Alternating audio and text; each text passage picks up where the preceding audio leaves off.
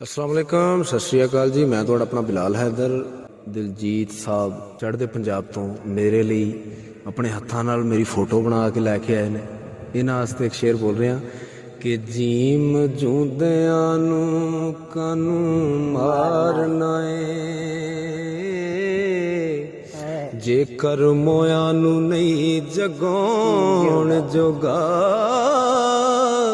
मिले रूहां नूं क्यों न खेड़ना है, जेकर विछड़े नहीं मलाउण जोगा। ओ बूहे आए सवाली नूं क्यों चिड़के, जेकर भुल्लिओ खैर नहीं पाउण जोगा। ओ बाबा विधि छंदा बदियां बंद कर दे,